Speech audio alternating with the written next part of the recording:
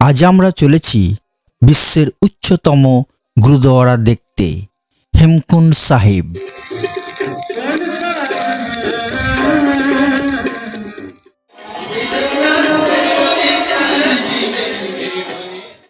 হেমকুণ্ড সাহিব গুরুদ্বারার উচ্চতা প্রায় 15,000 ফুটের মতো। এই হেমকুণ্ড সাহিব গুরুদ্বারা যাওয়ার জন্য গোবিন্দঘাট থেকে ট্রেক করে ঘাংড়িয়া আসতে হবে।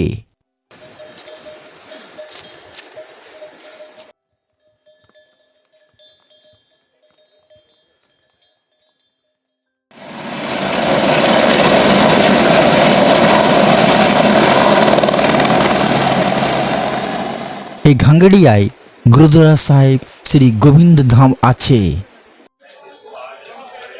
আপনারা চাইলে গুরুদ্বারায় থাকতে পারেন। তাছাড়া এই ঘাংড়িয়াতে অনেক থাকার হোটেল আছে, খাওয়ারও ব্যবস্থা আছে।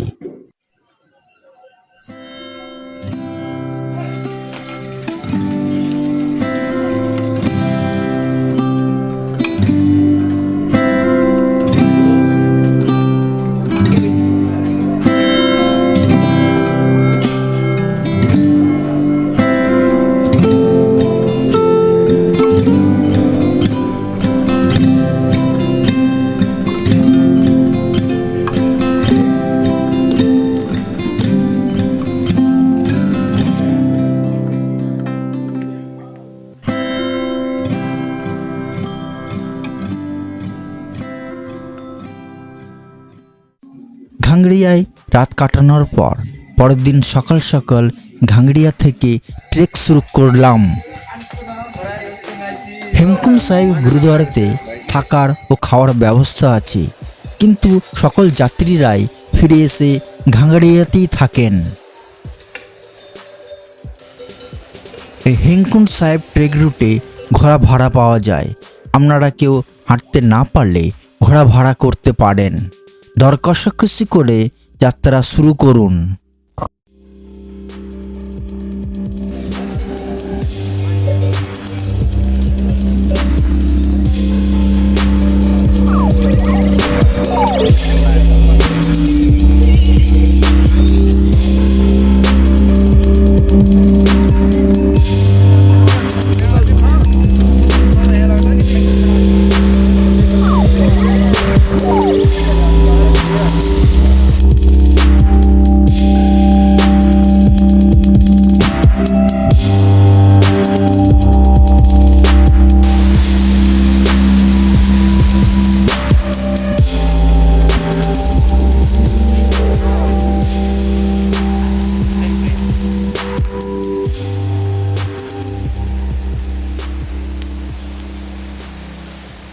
ভিউয়ার্স, আমি সকাল 7টায় ট্রেক শুরু করলাম ঘাংড়িয়া থেকে। আজকের গন্তব্যস্থল হচ্ছে হেমকুণ্ড সাহিব।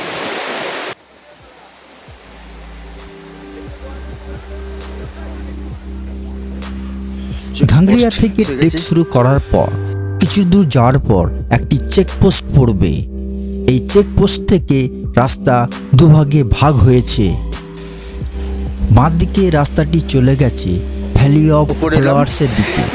আমরা আজ যাব ডান দিকে রাস্তা ধরে হেমকুণ্ড সাহিব গুরুদ্বারার দিকে। আর এখন আমরা যাব ডান দিকের রাস্তা ধরে হেমকুণ্ড সাহিবের।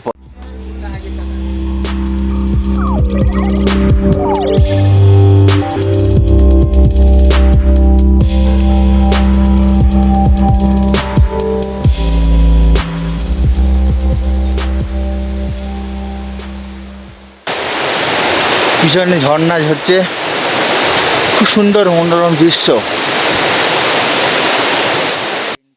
হেমকুণ্ড সাহিব শিখ ধর্মাবলম্বীদের কাছে একটি অন্যতম পবিত্র ও গুরুত্বপূর্ণ স্থান।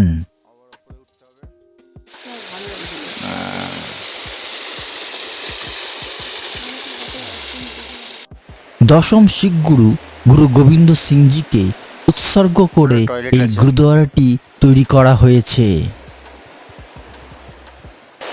হাঁটতে হাঁটতে একটু বিশ্রাম নিয়ে আবার হাঁটা শুরু করব। গুরুদুয়ারের পাশে আছে হেমকুণ্ড।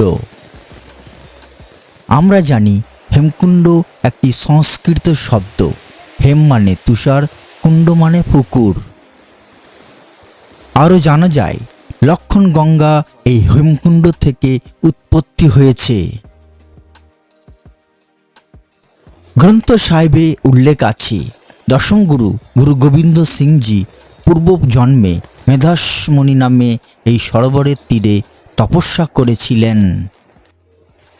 আরও জানা যায় পাণ্ডু রাজা যোগ অনুশীলন করতেন এই স্থানে।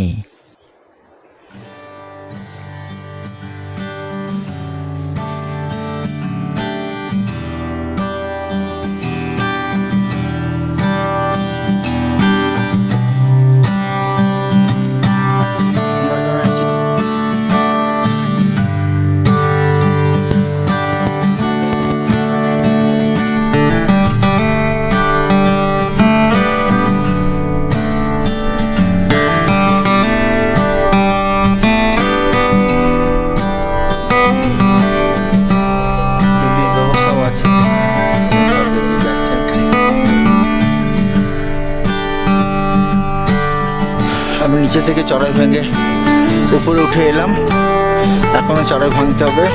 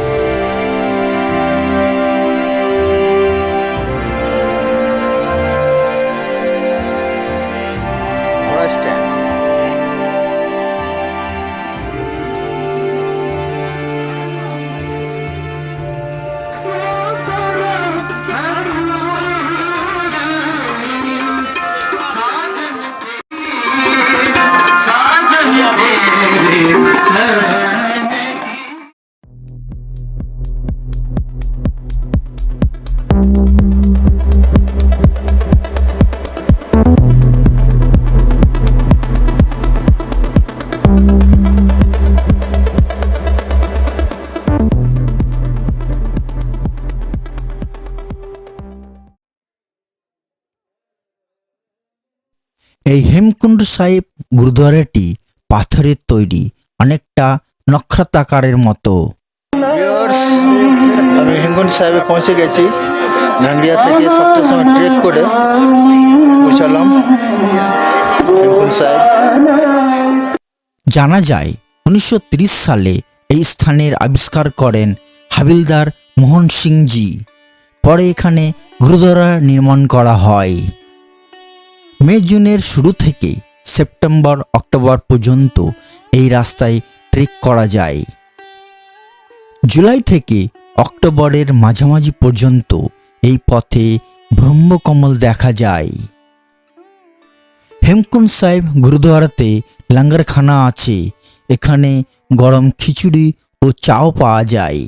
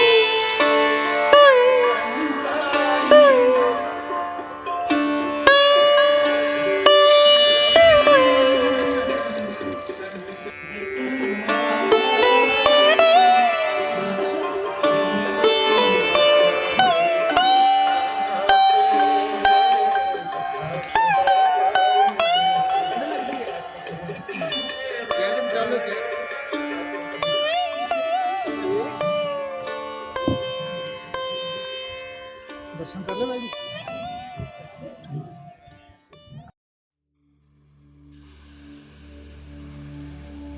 হেমকুণ্ডের পাশে দেখা যায় একটি লক্ষণ মন্দির। জানা যায় ত্রেতা যুগে ইন্দ্রজিৎ বধের পাপ স্খলনের জন্য শ্রী রামচন্দ্রের ভাই লক্ষণ তপস্যা করেছিলেন এই স্থানে।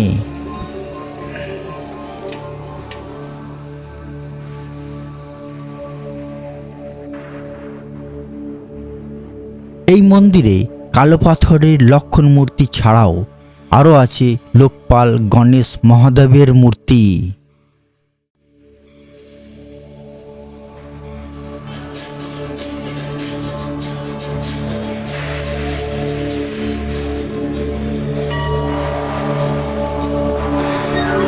হেমকুণ্ডে সাহেবের গুরুদ্বারার পাশেই আছে লক্ষণ মন্দির।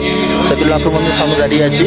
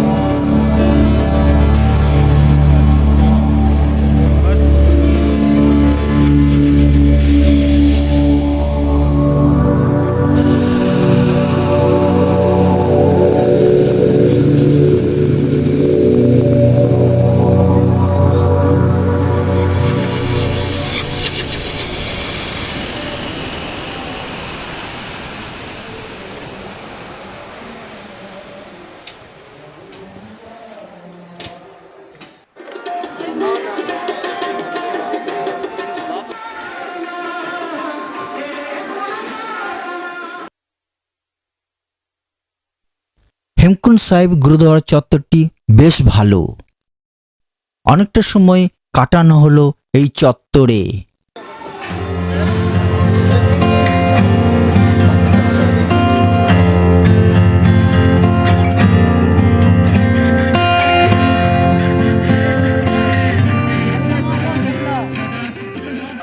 এবার ঘাংরিয়ায় ফেরার পালা।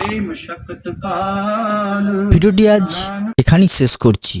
আমার ভিডিওটি যদি আপনাদের ভালো লাগে অবশ্যই বেশি বেশি করে শেয়ার করবেন, কমেন্ট করবেন, সাবস্ক্রাইব করবেন। ধন্যবাদ।